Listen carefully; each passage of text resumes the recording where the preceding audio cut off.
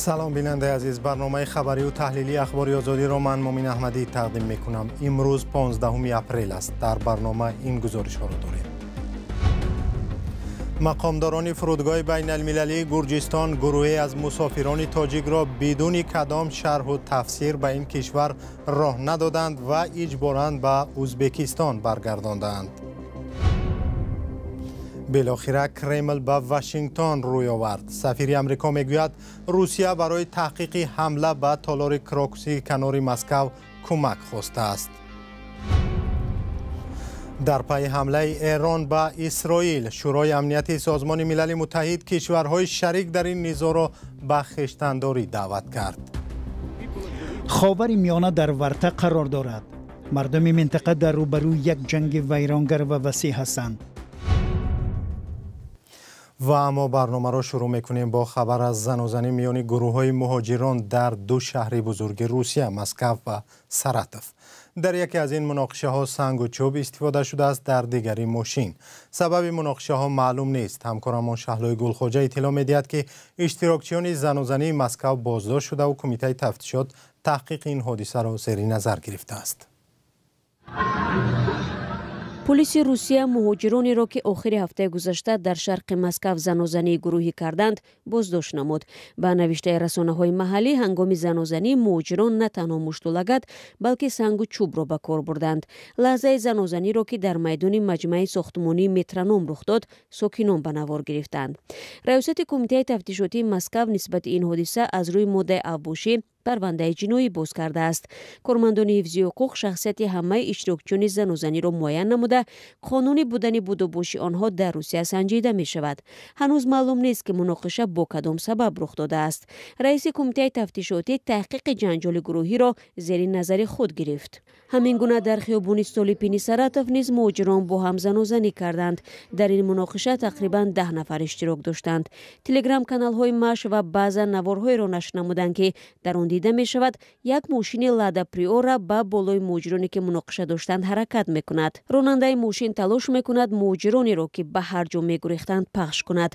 در نتیجه ماشین یک نفر را زیر کرده به دیوار قهوه خانه برمیخورد و از محل حادثه فرار می کند. با نوشته تلگرام کانال بازا، پلیس نفر جبر دیده را پیدا نموده است، ولی او گفته است نسبت کسی شکایت ندارد. از روی این حادثه با مدعی سوءقصد به کشتار پرونده باز شد. جنجال میان مهاجران در روسیه زیاد اتفاق میافتد. وزارت کارهای داخلی این کشور مهاجران را برای اشتراک در زن و زنی های گروهی از قلمروی کشور اخراج میکند. ادامه برنامه. گروهی از شهروندان تاجیکستان شکایت دارند که آنها را اجازه ورود به گرجستان ندادند و از فرودگاه تبلیسی آنها را پس گرداندند. در نواری که کاربران بر رادیو آزادی فرستادند دیده می شود که بیش از 10 شهروند تاجیکستان را در فرودگاه تبلیسی گرجستان اجازه ورود ندادند. مقامات گرجستان هنوز این حادثه را شرح ندادند، ولی در 2 هفته اخیر چند بار است که از راه نیفتن شهروندان تاجیکستان به گرجستان خبر می رسد. همکارم میرزانبی خالقزاد در این باره تفصیلات بیشتر دارد. میرزانبی، این گروهی که آخر هفته گذشته به گرجستان راه نیافتند چی میگویند؟ چرا آنها را به این کشور راه ندادند؟ سلام بینندگان ارجمند. بله مومین، در نوار دیده می شود که بیش از 10 نفر را از فرودگاه تبلیسی پس میگردند. آنهایی که به ما نوار فرستادند میگویند که مرزبانان گرجستان سبب راه ندادنشون را به این کشور شرح نمیدهند. یک نفری که در نوار حرف میزند میگوید او به گرجستان آمده بود تا سندهایش را به سفارت سپارد. همه حجتهایش را نشان داد ولی راهش ندادند. در نوار یک افسر پلیس به شکایت مسافر تاجیک پیشنهاد میکند که قضیه را به دادگاه کشد. این گروه مهاجران را ظاهرا از گرجستان به تاشکند برگرداندند. یکی از آنها میگوید 10 شهروند تاجیکستان را از گرجستان پس گرداندند. گرجستان یک کشور شوروی سابق است که با تاجیکستان نظام روادید ندارد. میرزانبی، راه نیافتن تاجیکان به این کشور مشکلی نو است یا در گذشته هم چنین حادثه ها بود؟ ببینید مومین، دقیقا معلوم نیست که این مشکل از کی پیدا شد، ولی شکایت ها از آخر ماه مارس در این باره پیدا شدند. از جمله روز 26 مارس خبرنگاری تاجیک انوشیرمان اوریپوف گفته بود که او و چند شهروند دیگر تاجیکستان نتوانستند به خاک گرجستان وارد شوند. انوشیروان در صحبت با رادیو آزادی گفته بود که او با همسر و 2 فرزند خردسالش می‌خواستند به مقصد جهانگردی یعنی سیاحی از روسیه به گرجستان گذرند، ولی در گذرگاه بین المللی سرحدی دری علی در ماندند. وی مجبور شده است دوباره به شهر ولادیکاوکاز روسیه برگردد. به گفته این خبرنگار تاجیک همراه او 8 شهروند دیگری تاجیکستان نیز به گرجستان راه نیافتند. معلوم نیست سبب چنین رفتار مرزبانان گرجستان چی است. در مطبوعات رسمی هم هیچ خبری درباره احتمال جاری شدن محدودیت‌های برای شهروندان تاجیکستان در این کشور قفقاز جنوبی نوشته نمی شود. پس از حمله مرگبار در مسکو که گمانبران آن را شهروندان تاجیکستان اعلام کردند، در اکثر کشورها برخورد با تاجیکان تغییر یافته است. اخیراً ترکیه نیز نظام بی‌روادید با تاجیکستان را دیگر کرد. تشکر میرزا نبی. منتظر خواهیم شد که تاجیکستان با این اقدام چی عکس العمل نشان خواهد داد. ضمناً در جواب به ترکیه، تاجیکستان هم سر از 20 اپریل برای ورود شهروندان ترکیه به خاک تاجیکستان نظام روادید جاری نموده از آنها خواسته است که برای دریافت ویزا به سفارت و کنسولگری‌های تاجیکستان در ترکیه مراجعت کنند.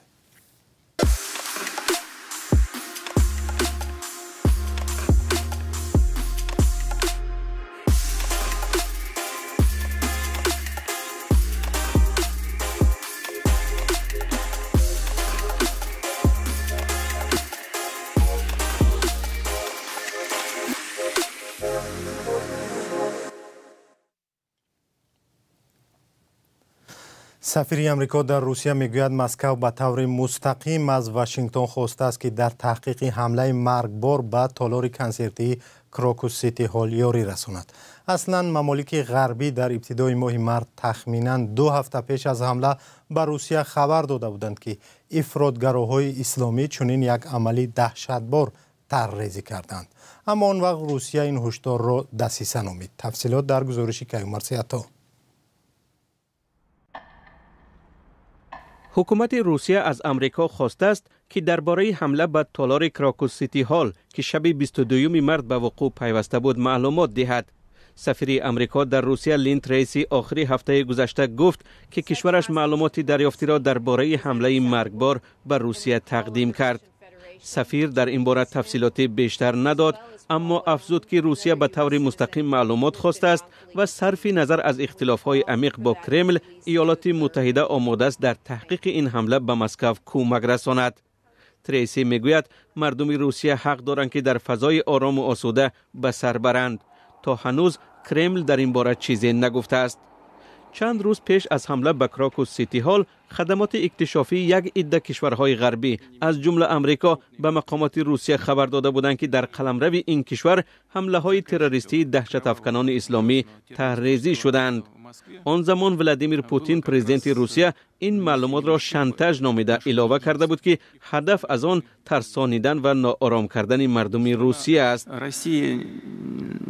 روسیه نمیتواند هدف حمله های تروریستان اسلامی قرار گیرد. روز 22 مارس در عرفه هنرنمایی گروه پیکنیک در تالار کراکوس کنار مسکو، گروه سلاح به دست به تماشاگران آتش گشاد. سپس آنها تالار را آتش زده از جای حمله فرار کردند. در این حادثه 144 نفر کشته و بیش از 550 کس مجروح شد. در پی حمله مرگبار، روسیه 4 شهروند تاجیکستان را بازداشت کرده آنها را مسئول و یا اجرا کننده حمله نامیده است. چند مهاجر دیگر که اکثریت شهروندان تاجیکستان می باشند با داشتن نقش در این حمله عیبدار می شوند. تخمین می رود که هنگام استنطاق بازداشت شده ها با شکنجه مواجه شده جرم را به گردن گرفتند. وزیر کارهای خارجه تاجیکستان شکنجه گمانبر شدگان حمله به کراکوس سیتی هال روسیه و معرکه تهمت به تاجیکان را در رسانه‌های این کشور تنقید کرد.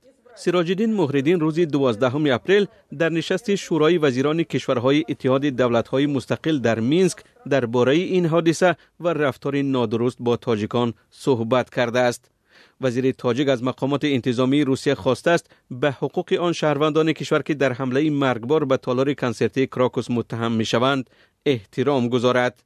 مسئولیت حمله را به تالار کراکوس گروه دهشت افکنی دولت اسلامی یا داعش بر عهده گرفته است. کشورهای غربی نیز باور دارند که طرحریزی و تشکیل حمله روز 22 مارت بر دوش داعش است. اما روسیه بر این نظر است که حمله به کراکوس را اوکراین تشکیل کرده است. کیوف هر گونه عیبنامه را رد می‌کند. حمله مستقیم و بی‌سابقه ایران به اسرائیل در روز 14 اپریل در جلسه شورای امنیت سازمان ملل به جنگ لفظی تبدیل یافت. اسرائیل حمله های ایران را محکوم کرد. نماینده ایران در سازمان ملل گفت حمله ها پاسخی قانونی به حمله اسرائیل به کنسولگری ایران در سوریه بود که در نتیجه آن 6 نفر کشته شدند. دبیر کلی سازمان ملل همه طرف‌ها را به خویشتن‌داری دعوت کرد. تحولات نگران کننده اخیر در خاورمیانه در گزارش همکارم طاهری سفر. در اینجا از احتمال وقوع جنگ سخت در خاورمیانه گفتند در جلسه شورای امنیتی سازمان ملل در شهر نیویورک. دبیر کلی سازمان گفت جهان و منطقه تاب و توان جنگی دیگری را ندارند.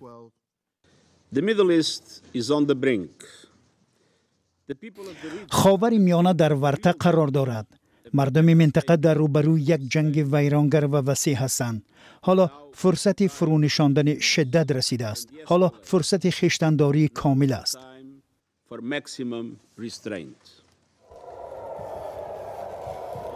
بعد حمله ایران که خطر جنگ وسیع در خاورمیانه را زیاد کرد، اسرائیل گفت در نهایت پیروز می شود. به قول حکومت اسرائیل، ایران به این کشور با بیشتر از 300 پهپاد و موشک ضربه زده است.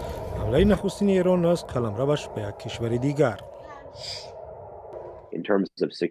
از نظر استراتژی امنیتی، نشان دهنده شدت دادن وضع و علامت وهم‌انگیز باوری بیش از حد ایران به خود است. عین زمان بیانگر استراتژی سیاسی است که میل ایران به ریسک‌های بیشتر را نشان می‌دهد. ارتش اسرائیل گفت که تقریبا همه موشک و پهپادهای ایران را در هوا زدن نابود کردند. با اندیشه من سپاهی پاسداران انقلاب اسلامی خواست با این حمله ظاهرا محدود نشان دهد که قادر است فضای اسرائیل را رخ نکند. به سابقه آنچه است که ایران هیچگاه از قلمرو خود به یک هدف حمله نکرده است. تهران گفت که حمله پاسخ به ضربه اسرائیل به کنسولگری ایران در سوریه است. پیش از حمله نیز آمریکا و همسایگانش را در جریان گذاشته است. به کاخ سفید طی پیامی بامداد امروز اعلام کردیم که عملیات ما محدود و حداقلی و با هدف دفاع مشروع و تنبیه رژیم اسرائیل صورت می‌گیرد. بنیامین نتانیاهو نخست وزیر اسرائیل گفت رویارویی هنوز تمام نشده است. به فکر من حکومت اسرائیل در اندیشه دو پاسخ است. اول حمله هوایی مستقیم به ایران، دوم حمله به حزب الله در لبنان. به فکر من احتمال دومی بیشتر است. با اوج گرفتن تنش‌ها کشورهای جهان خواستار خویشتن‌داری طرف‌های درگیر شدند. درخواست اکثریت دیپلمات‌ها در جلسه شورای امنیت نیز راه ندادن به شدت گرفتن وضع و تبدیل آن به یک جنگ دیگر بود. با یک فرمان پرزیدنت تاجیکستان از 15 اپریل قاسم رهبر را از منصب رئیسی شهر حصار برکنار کرده، اما سببش را نگفتند. حالا به این مقام جبار ناصرزاده تعیین شده است. و تا این دم معاون اولی وزیر کشاورزی تاجیکستان بود. قاسم رهبر قاسم قاسموف 60 ساله است و همگی 2 سال پیش رئیس شهر حصار تعیین شد. از آن قبل رئیس کمیته رشد محل، وزیر کشاورزی و رئیس حکومت ولایت سوخت بود. 2 سال پیش محققان ACCRP مرکز پژوهش فساد و جنایت‌های سازمان یافته حساب بانکی او را در شویتزاریا یافتند. محققان گفتند این حساب سال 2004 باز شده تا سال 2011 فعال بود و در آن زیاده از 9 میلیون دلار را نگه داشتند. برنامه اخباری آزادی به پایان رسید. خبرهای از این بیشتر و نو را در سامانه رادیو آزادی و صفحه‌های رادیو آزادی در فیسبوک، اینستاگرام، یوتیوب، تلگرام و شبکه ایکس و تیک تاک پیگیری کنید. تا برنامه‌های دیگر، خدا نگهدار.